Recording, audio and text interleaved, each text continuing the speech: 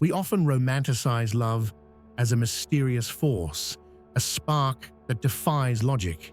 But Carl Jung, the pioneering psychologist, argued that attraction is far from random. Beneath the surface of infatuation lies a hidden architecture of the psyche, a blueprint guiding us toward specific people for reasons deeper than charm or chemistry. Jung believed love is shaped by unconscious forces, patterns forged by unmet needs, repressed traits, and unrealized potential. When someone feels irresistibly drawn to you, it's rarely about your surface qualities. Instead, you become a mirror reflecting fragments of their inner world, parts of themselves they've lost, ignored, or never fully embraced. Consider the reserved individual captivated by someone bold and free-spirited. Their attraction isn't merely admiration, it's resonance. The other person embodies a disowned aspect of their psyche, a dormant self waiting to awaken. This magnetic pull isn't magic, it's the unconscious seeking wholeness. Jung called this projection, a psychological phenomenon where we cast our inner struggles and desires onto others. But this is only the first layer of love's hidden logic. Love's most seductive lie is the belief that we're drawn to someone's true essence. Jung warns that attraction often begins as a projection, a psychological sleight of hand, where we mistake our inner world for external reality. When you fascinate someone, it's rarely about you. Instead, you've become a blank screen for their unconscious to project unmet needs, unhealed wounds, or denied traits.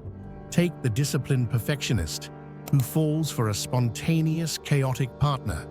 Their attraction isn't to chaos itself, but to the freedom it symbolizes, a freedom they've sacrificed to rigidity. The relationship feels like salvation, but it's a mirage. Jungian analyst Marie-Louise von Franz noted, "Projections create the illusion of relationship, but they are relationships with oneself." This explains why passion fades when reality intrudes. The partner stops being a symbol and becomes a flawed human. The danger lies in dependency. When someone clings to you as the answer to their inner void, love morphs into a transactional exchange.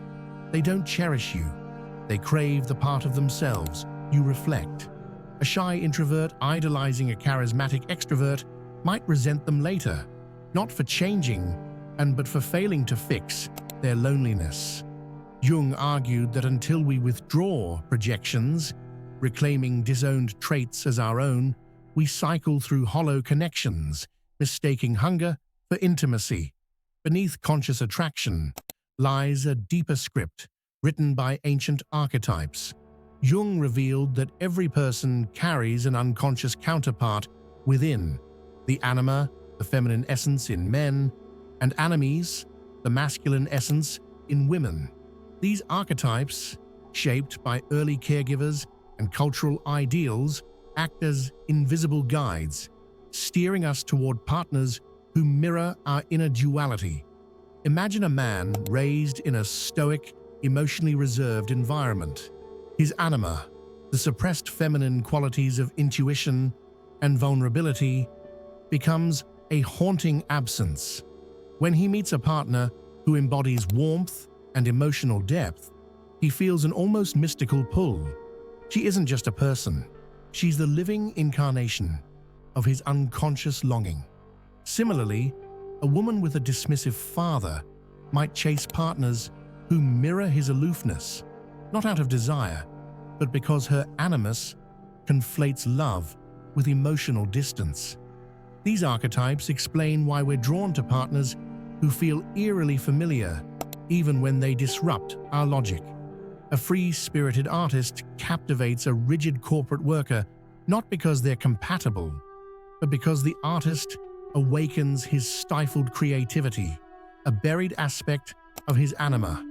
Yet this attraction is a double-edged sword.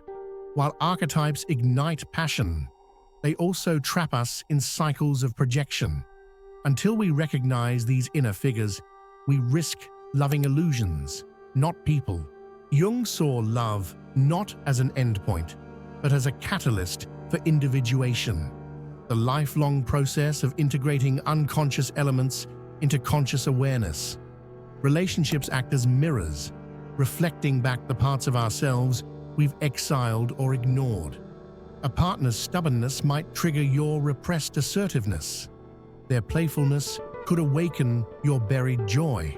These tensions aren't flaws, they're invitations to grow. Consider a workaholic who falls for someone prioritizing leisure. Initially, they resent their partner's laziness, but over time, they confront their own fear of stillness.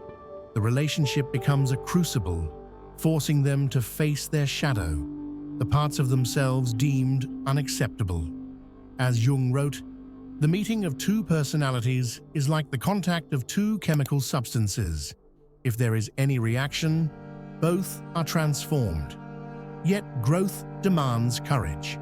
A codependent person, drawn to a self-sufficient partner, might initially idolize their independence, only to feel abandoned. The pain here isn't random. It's a signal to reclaim their own autonomy. Relationships that disrupt our equilibrium often do so to dismantle outdated patterns. Even heartbreak serves a purpose.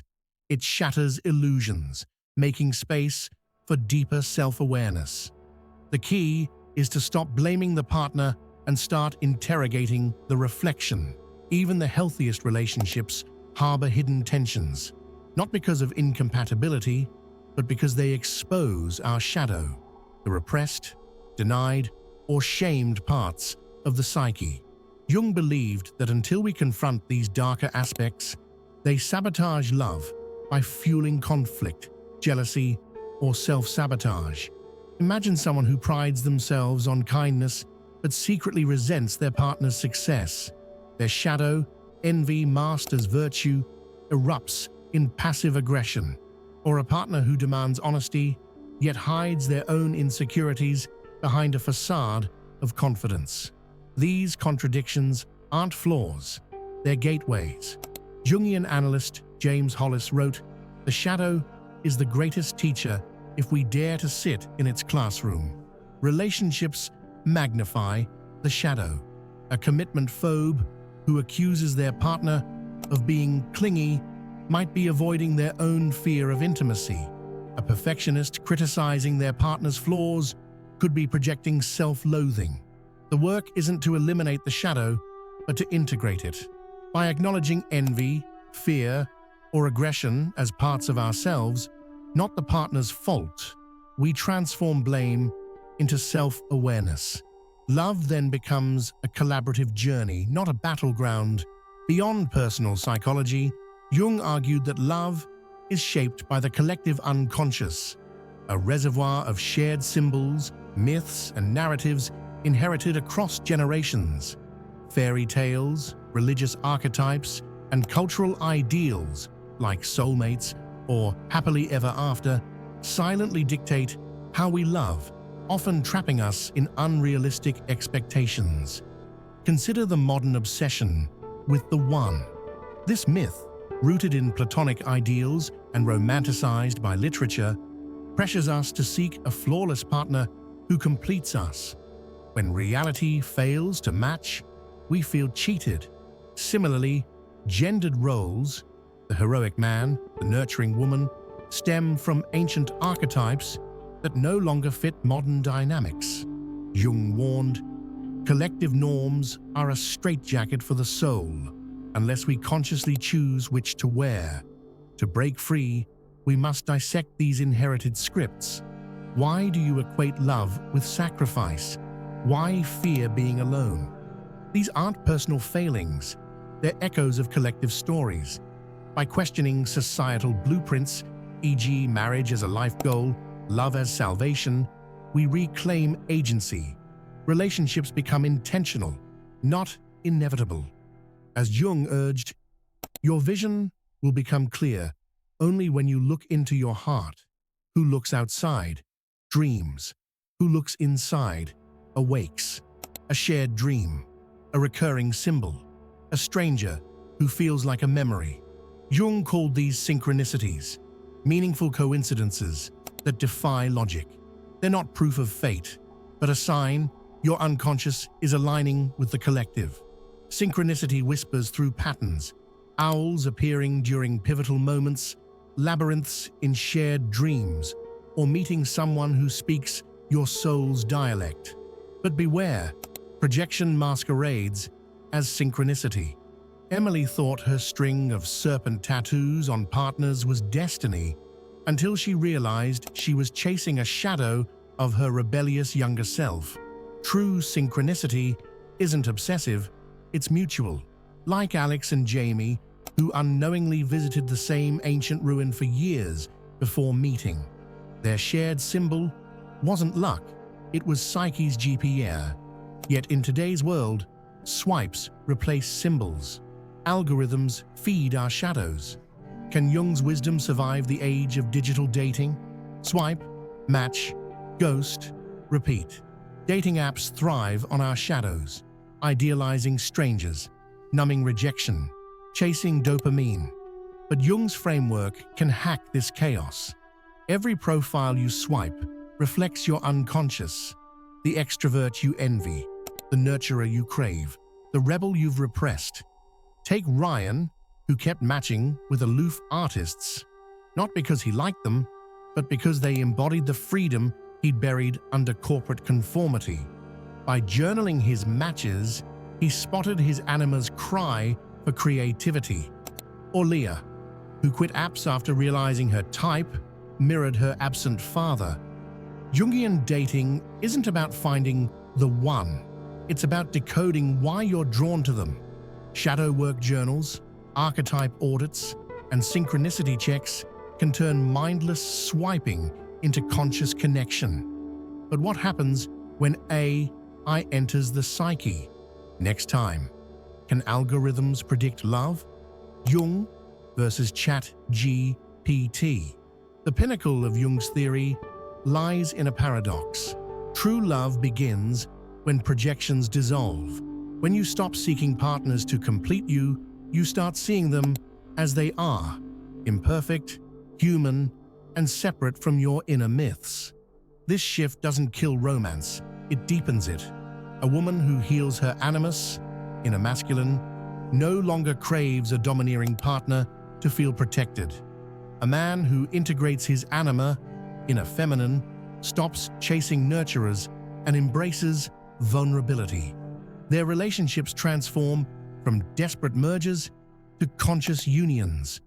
Jungian analyst Robert A. Johnson called this loving another for their own sake, not as a carrier of our fantasies. This wholeness isn't perfection, it's acceptance. You'll still feel attraction, but now you'll discern between chemistry and projection. A fiery connection might signal shared growth, not just unconscious hunger.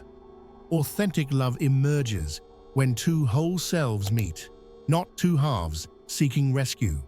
As Jung warned, the greatest burden a child must bear is the unlived life of the parents. Break the cycle. Love not to fill voids, but to celebrate existence, yours and theirs. Why do some relationships leave you feeling empty, while others make you feel alive? Carl Jung's concept of individuation reveals that love isn't about finding your missing half, it's about becoming whole. Individuation is the alchemical process of integrating your shadow, anima, and repressed traits. Toxic love thrives on projection, trapping you in cycles of dependency. But conscious partnerships act as mirrors, reflecting the parts of yourself you've yet to embrace. Take Sarah and Mark.